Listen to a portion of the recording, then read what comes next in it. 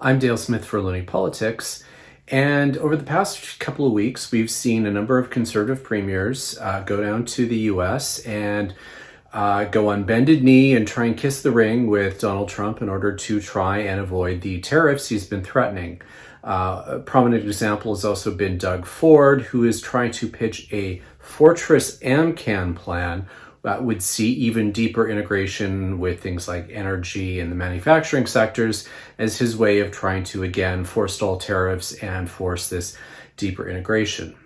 In his Canada First speech last weekend, Conservative leader Pierre Poilievre laid out this particular notion that the current Liberal government had somehow forced a greater dependence on the American market, as though they haven't been signing trade deals with all kinds of trade blocs, particularly in Asia, and as though they have not been offering concierge services for firms in Canada to help them export to new markets. But they can't force those firms to diversify their markets, particularly because the American market is just so big and so close.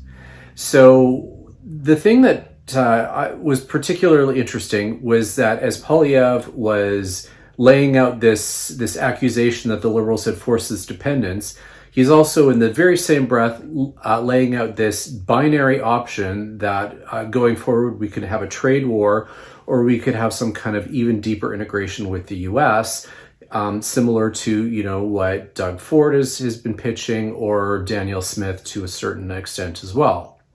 But that particular option is something that even Stephen Harper, in the op-eds he's been posting in newspapers this last week, has said is not really a good option in this particular time, especially considering that the Americans cannot be trusted to be good allies.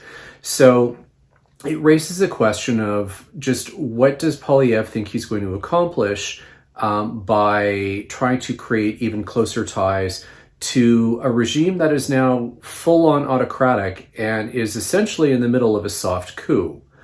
We will also notice that Poilievre and Danielle Smith and Scott Moe and Doug Ford have all been absolutely silent on all of the things that are happening in the US right now as it slides into autocracy.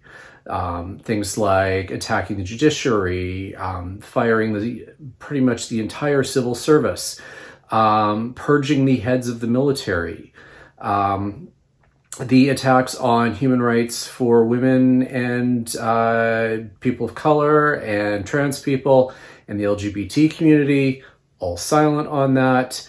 Other examples include things like the absolute gutting of foreign aid. In fact, Poilievre thinks that that's a good idea and wants to replicate it, even though the effect of that is going to be handing an entire sphere of influence on a silver platter over to China and Russia. There's been silence over Trump's attempt to force Ukraine to capitulate to Russia. And not only that, but hand over $500 billion worth of mineral wealth over to the US for the privilege of doing so. All been silent. And I think this is something that's worth noting, particularly because they are at the same time pitching this closer integration. Why would you want to pitch closer integration to an autocratic regime, even though it's right next door? And part of that answer has to be whether they admire what is going on, whether they would like to replicate that themselves. And I think that's something worth asking. But it's also, in the grand scheme of things, what is the end game here? And if the end game is that Poilievre wants to be Trump's Lukashenko, I think that's a question that we need to be asking because I think it's important. For Loony Politics, I'm Dale Smith.